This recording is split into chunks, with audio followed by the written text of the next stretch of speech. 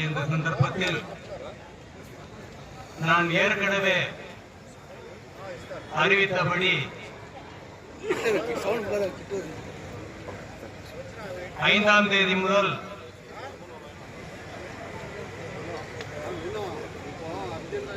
கோரிக்கைகள் நிறைவேறுவதை போராட்டம் என்று அறிவித்த நிலையில் அன்று நான் ஒரு 1000 ரூபாய்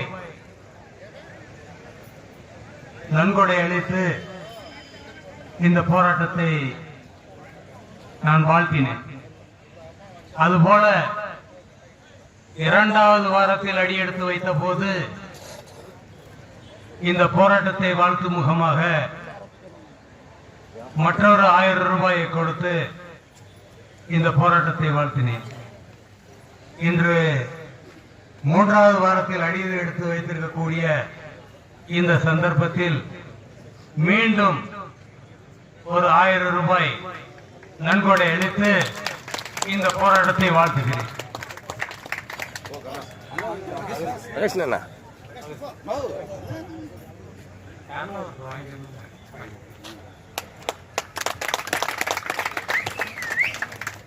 இது தொடரும்னா இந்த போராட்டம் எப்போது வரை நடக்கிறதோ அப்போது வரை வாரத்திற்கு ஒரு முறை உங்களை வாழ்த்தும் வண்ணமாக நான் 1000 ரூபாய் நிதி அளித்துக் கொண்டே இருப்பேன். ஆனா இந்த போராட்டம் தொடரணுங்கிறது என்னுடைய விருப்பம் இல்லை. போராட்டம் நிறைவுக்கு வரணும், அதுதான் என்னுடைய விருப்பம். ஆனா நிறைவேற்ற மறுத்து வருகிற, பேச மறுத்து வருகிற இந்த மேனேஜ்மென்ட்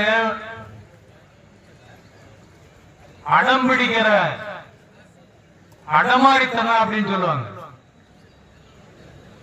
அது ஒத்துக்கிற முடியாது. இன்னைக்கு நமது எம்எல்ஏ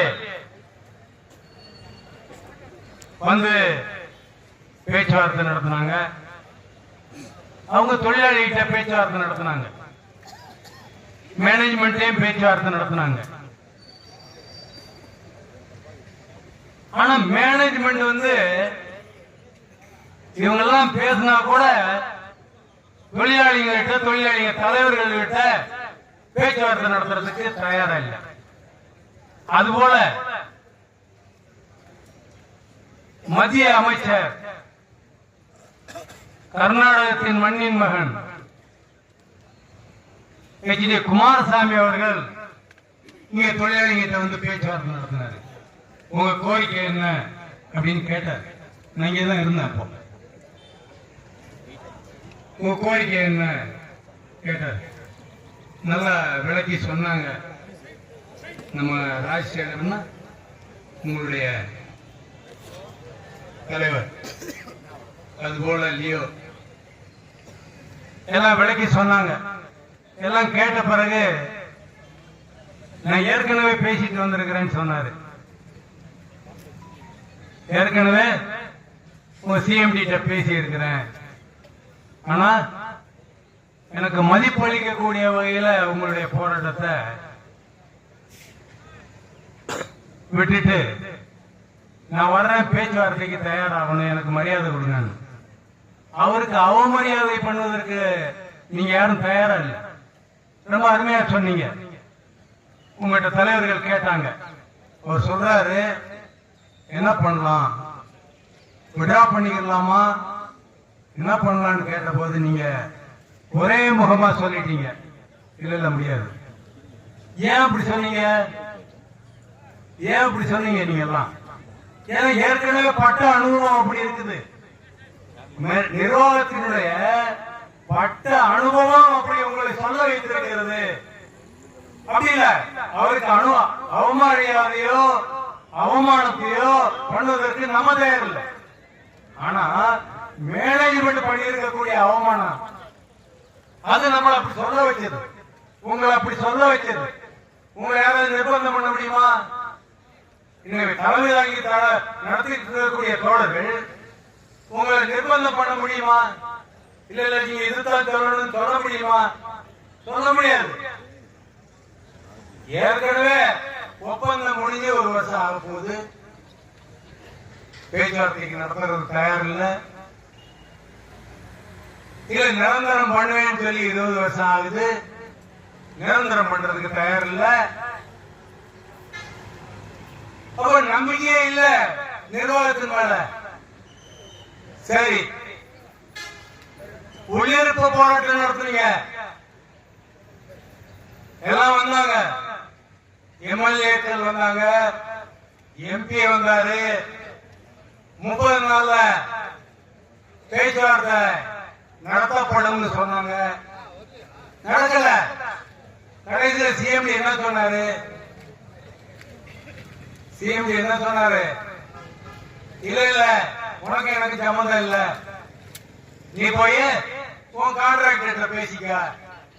இதுதான் பதிலா? 30 நாளைக்கு கழிச்ச பிறகு அப்ப எப்படி நம்பிக்கை வரும் மேனேஜ்மெண்ட் மேல? அதுக்கப்புறம் பேச்சுவார்த்தை லேபர் டிபார்ட்மெண்ட் கூப்பிட்டாங்க. அப்ப பேச்சுவார்த்தை 15 நாள் டைம்.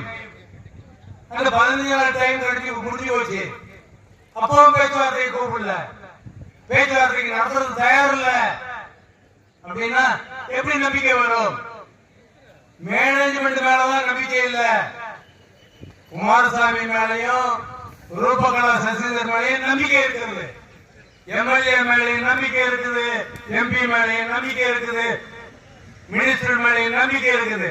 ஆனா மேனேஜ்மெண்ட் மேல நம்பிக்கை இல்ல. ஏன்னா உங்களையும் ஏமாத்திடுவான். ஏன்னா ஏற்கனவே ஏமாத்தி இருக்கிறான். அதே எம்பி தானே சொன்னாரு 30 நாள் பேச்சுவார்த்தை நடத்துறேன்னு. அதே எம்எல்ஏ தானே சொன்னாரு பேச்சுவார்த்தை நடத்துறேன்னு. ஆனா நடத்தலையே. அப்புறம் சம்பந்தம் இல்லாத மாதிரி பேசுறாரு. இப்ப கூட என்ன நிலைமை? இப்ப கூட அதே நிலைமை. அது எப்போ அக்ரிமெண்ட் ஆச்சு?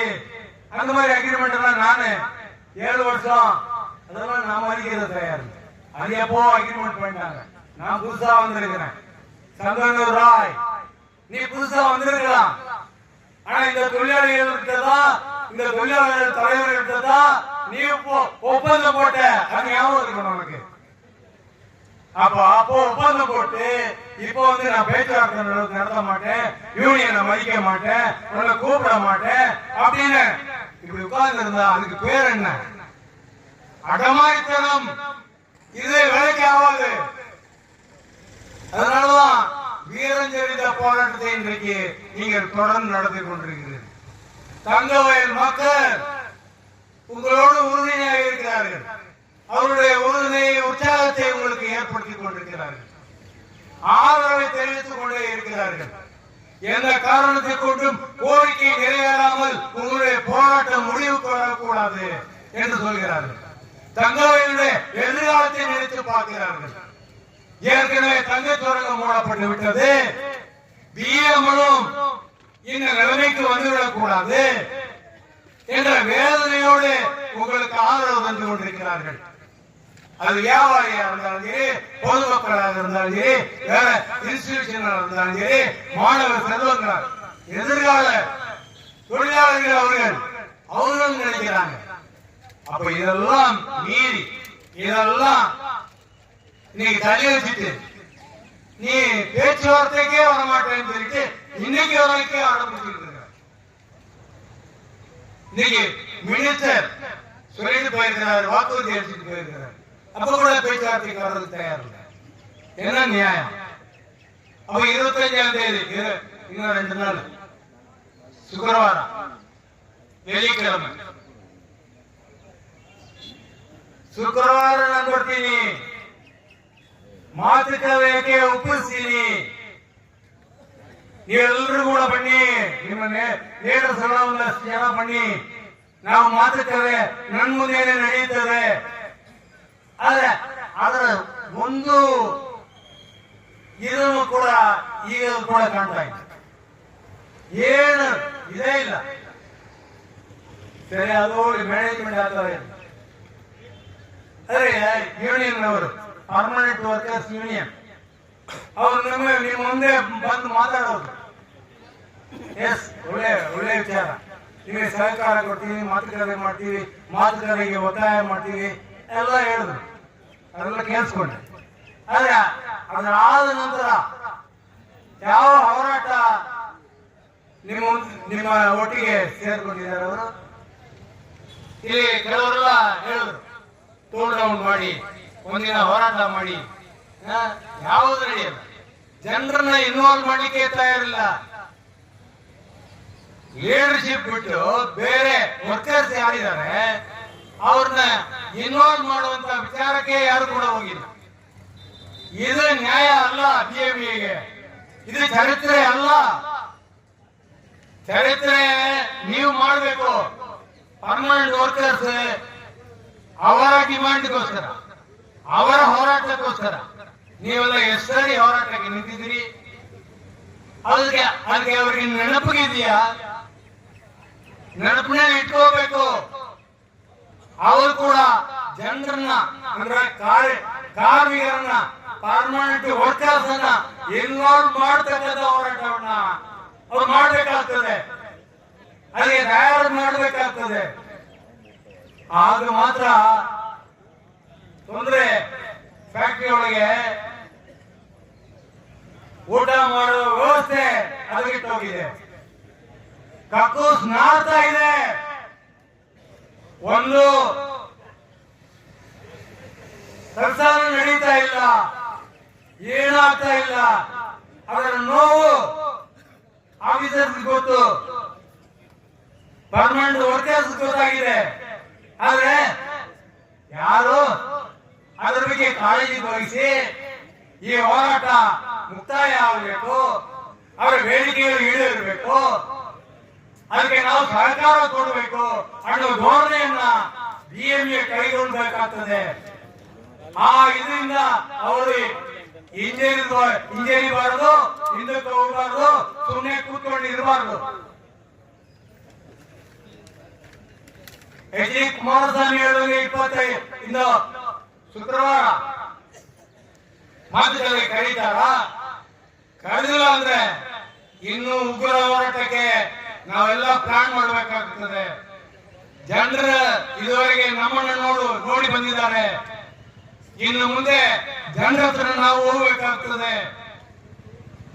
ಈ ಒಂದು ತಾಲೂಕಲ್ಲಿ ಏನು ಮುನ್ಸಿಪಲ್ ಲಿಮಿಟ್ ಏನಿದೆ, 35 ವಾರ್ಡ್ ಇರ್ಬೋದು.